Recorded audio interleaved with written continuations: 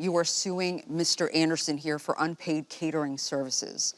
You catered his gala for an agreed fee of $2,000. Despite completing all tasks from shopping to serving, he refused to pay you, prompting your $5,000 claim to cover your fee plus additional damages for the hassle. Mr. Anderson, this was an important night for you. Correct.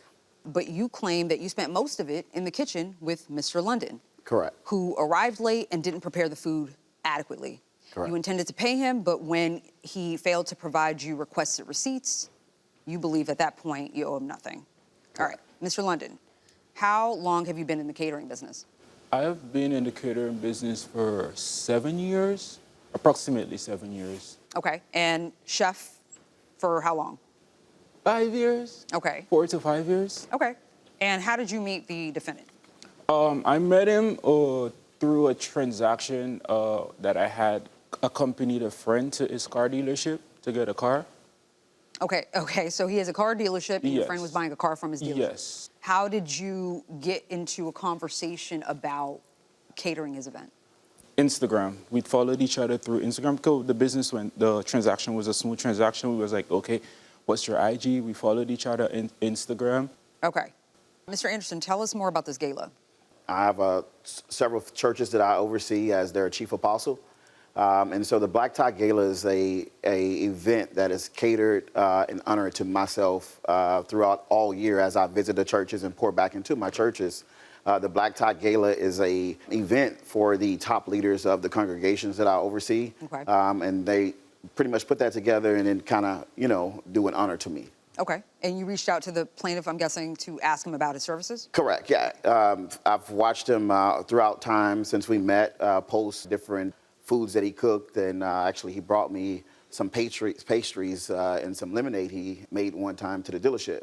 So it's pretty good. So when I contacted Chef London and I told him, hey, I want to be able to use you to cater our Black Tie Gala. Okay. And so I told him the date and the time, and he said he was able to do it. Okay, and the fee? Because we're friends, he wanted to kind of work within my budget. He asked me what was my budget. I told him, hey, if it was my budget, I would say $0, but it's your service. So, you tell me and then I can see, because we do have a 501c3 and I have to allocates those funds. Okay, Mr. London, how do you remember the conversation going? The fees that we agreed to for 75 to 100 people for the setting was $7,500. That fee included me preparing the food and buying all of the stuff. So we agreed that, you know what, maybe you can get the stuff and I just do the cooking. So he was going to do all the shopping to get all the food for you to cook it. And I would have prepared. And he was going to pay a $2,000 fee. Yes. Is that how you remember it? Correct. So when I contacted him, how we came up with the $2,000, I called him on the phone. He was in the car with another chef, his friend. He said, let's assist him. So at that time, I told him, hey, we had about 45 to 50 people, still do 75, so people can have enough food to take home if they want to take food home. So they discussed the number. He told me $2,000. That's $1,000 for him and $1,000 for the other chef. Okay, so you agreed to $2,000. So I agreed to $2,000. However for way two it was chefs. divided, you were going to agree to $2,000. Correct. Okay, Judge Juarez. Other than cooking, Yeah. was there any discussion about service? Yes, so the discussion wasn't that I'm bringing anyone because he said he already had people there to assist me. All I had to do was come, prep the food, and they take it out. So, Mr. Anderson, do you agree that he was not going to serve the food? Correct. So when my discussion with him, I hired a server company to serve the food. Okay. Because my understanding, he will have somebody in the kitchen with him, the other chef, of the other $1,000 that I'm paying, the $2,000 that we agreed, $1,000 for him, like he said on the phone, and $1,000 for the other chef. I agreed. So I hired additional servers to serve the food. So they're there.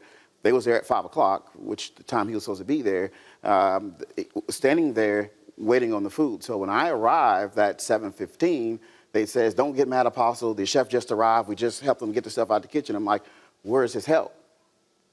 I got, 45 people sitting in the hallway of my event hall, and I was supposed to have a special entrance. Didn't happen. Okay, Mr. London, you've had catering company for 7 years? 7 years. You don't do contracts? So this is the thing. So with the compilation of the fact that I knew him through the transaction that I did with him with the dealership, it was smooth. And him being a pastor, I kind of slacked a little bit up with those when it comes to a contract would have solved all these problems. You understand Absolutely. that? Because you have very different claims about what you were supposed to do.